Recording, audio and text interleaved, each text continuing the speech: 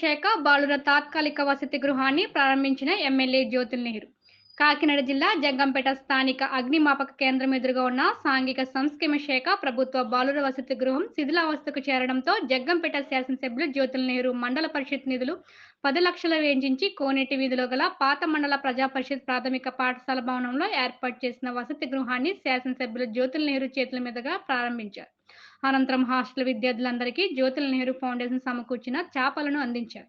ఈ సందర్భంగా ఎమ్మెల్యే మాట్లాడుతూ శిథిలావస్థలో ఉన్న భవనం కూలిపోయే పరిస్థితిలో ఉండడంతో మండల పరిషత్ నిధులు 10 లక్షల రూపాయలతో తాత్కాలికంగా వీరికి వసతి కల్పించడం జరిగిందని, తొందరలోనే హాస్టల్ నిర్మించడానికి ప్రభుత్వ సహకారం తీసుకుంటామని ఆయన పేర్కొన్నారు.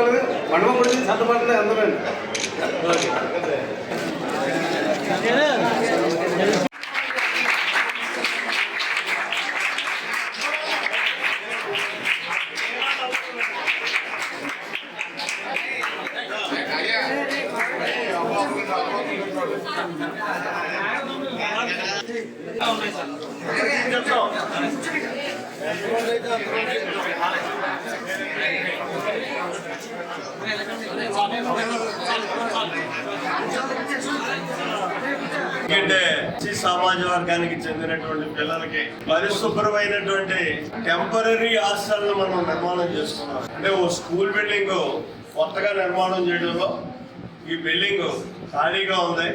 దీనికి 10 లక్షల రూపాయలు పెట్టి రిపేర్లు చేయించి మండల గ్రాంట్ 10 లక్షలు కూడా పడిపోతున్నటువంటి బిల్డింగ్ నుంచి పిల్లల్ని ఇక్కడ తీసుకొచ్చి ఇక్కడ ప్రాణాపాయ పరిస్థితులు లేకుండా పరిశుభ్రంగా ప్రశాంతంగా అన్ని ఏర్పాట్లు చేసి ఇక్కడ వాళ్ళు మంచి చదువుకోవాలి అని చెప్పి ఏర్పాటు చేయడం జరిగింది.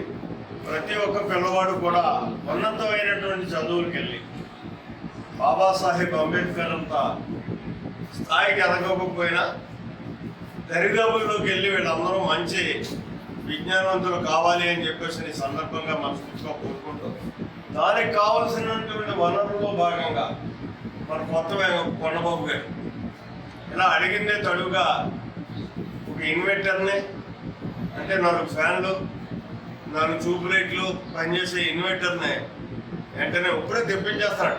కూడా మనస్ఫూర్తిగా కృతజ్ఞతలు తెలియజేస్తున్నాం. జోగారావు గారు ఏం చేస్తారో చూద్దాం.